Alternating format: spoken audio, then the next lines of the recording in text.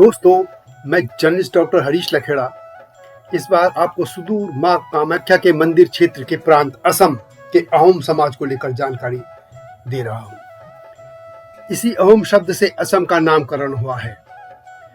जब तक मैं इस कहानी को आगे बढ़ाता हूं, तब तक इस हिमालय लोक चैनल को लाइक और सब्सक्राइब अवश्य कर दीजिए।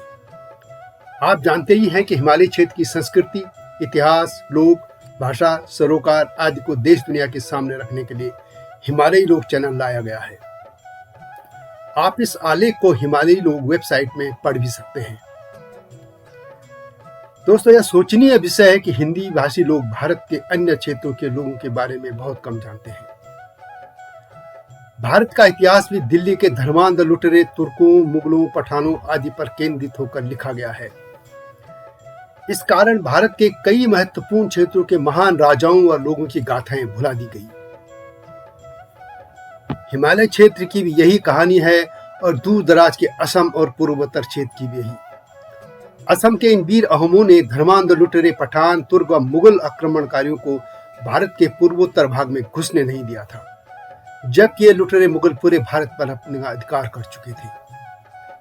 हिमालय पर्वत श्रृंखला पूर्वोत्तर तक फैली है और इसी के तहत असम राज्य भी है। प्राचीन ग्रंथों में असम को प्राग्ञ ज्योतिषपुर के नाम से जाना जाता रहा है। पुराणों के अनुसार यह कामरूप राज्य की राजधानी थी। महाभारत के अनुसार भगवान श्री कृष्ण के पौत्र अनिरुद्ध और असम की उषा नाम की युवती का विवाह भी हुआ था। महाभारत काल में यहाँ का राजा नरकासुर था और उसके बाद उसका पुत्र भगदत्त राजा बना। महाभारत काल से लेकर 7वीं सदी के मध्य काल तक यहाँ भास्कर वर्मन के शासनकाल तक एक ही राजवंश का शासन रहा। महाकाव्यों और पुराणों के अनुसार यह भगवान विष्णु के वराह अवतार और पृथ्वी का पुत्र था, इसलिए इस वंश को भौम अर्थात भूमि का पुत्र भी कहा जाता है। इस राजवंश के शिलालेखों में दावा किया गया है कि राजा भागदत्त और उसके उत्तराधिकारियों ने कामरूप पर लगभग 3000 वर्षों तक शासन किया। उनके बाद पुष्यवर्मन राजा हुआ, जो कि समुद्रगुप्त का समकालीन था। इसके बाद मध्यकाल में यहाँ अहोम लोगों का शासन आया। सन 1288 में बर्मा के एक ताई विजेता चाओ लिंग स्यू का फा ने पूर्वी असम पर अधिकार कर लिया था। वे अहोम वंश के थे और उन्होंने अहोम वंश की स्थापना की थी। इस तरह अहोम वंश का शासन 1228 से 1829 तक रहा। बाद में यहाँ अंग्रेजों का शासन रहा। असम बाद में स्वतंत्रता के बाद हिंदुस्तान का, भारत का एक राज्य बन गया। असम को सामान्य तौर पर आसाम भी कहा जाता रहा है। मान्यता है कि असम का नाम इसी अहोम राजवंश से पड़ा। हालांकि यह भी कहा जाता है कि असम नाम संस्कृत के शब्द अस्म अथवा अस्मा का अपभ्रंश है, जिसका शाब्दिक अर्थ है वह भूमि जो समतल नहीं है। यह भी कहा जाता है कि संस्कृत के असोमा शब्द से असम निकला है, जिसका अर्थ अनुपम अथवा अद्वितीय होता है। प्राचीन काल से यहाँ की पहाड़ियों और घाटियों में खास व वैदिक कार्यों के अलावा ऑस्ट्रिक, मंगोलियन, द्रविड़ समेत विभिन्न जातियां समय समय पर आकी बसती रही। इन सभी ने मिलकर असमिया संस्कृति का निर्माण किया।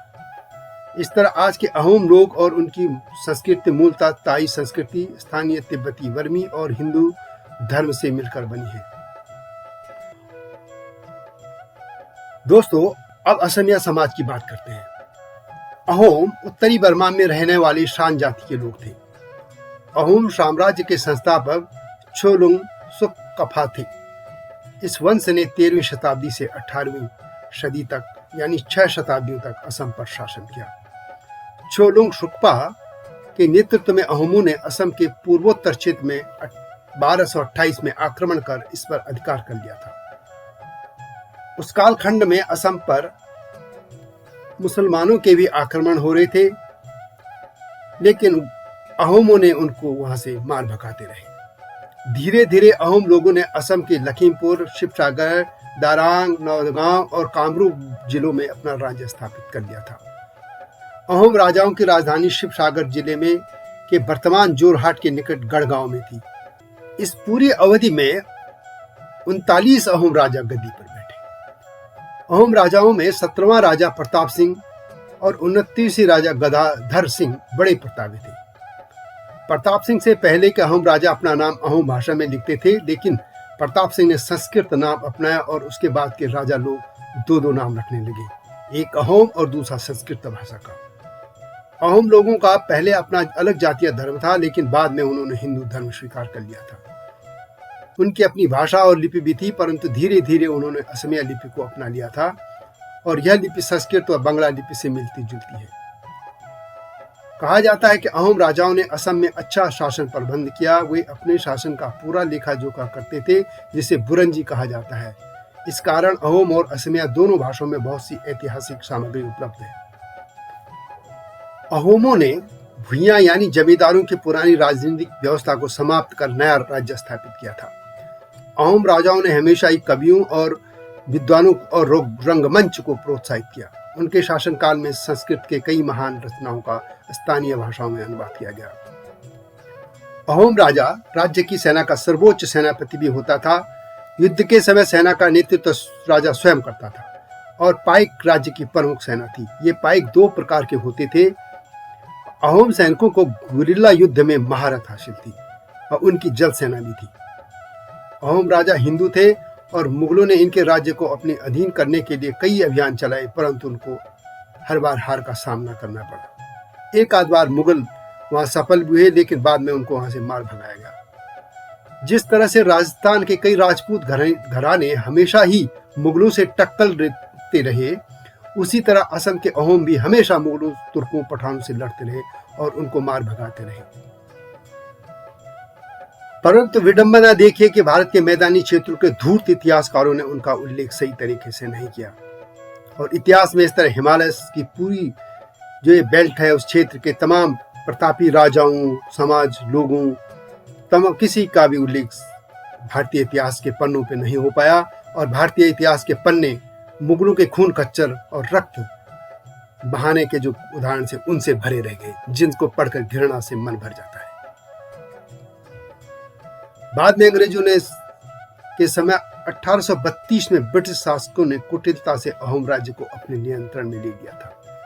इस तरह अहोम राज्य पूरी तरह समाप्त हो गया। देश की स्वतंत्रता के बाद असम भारत का एक राज्य बन गया था।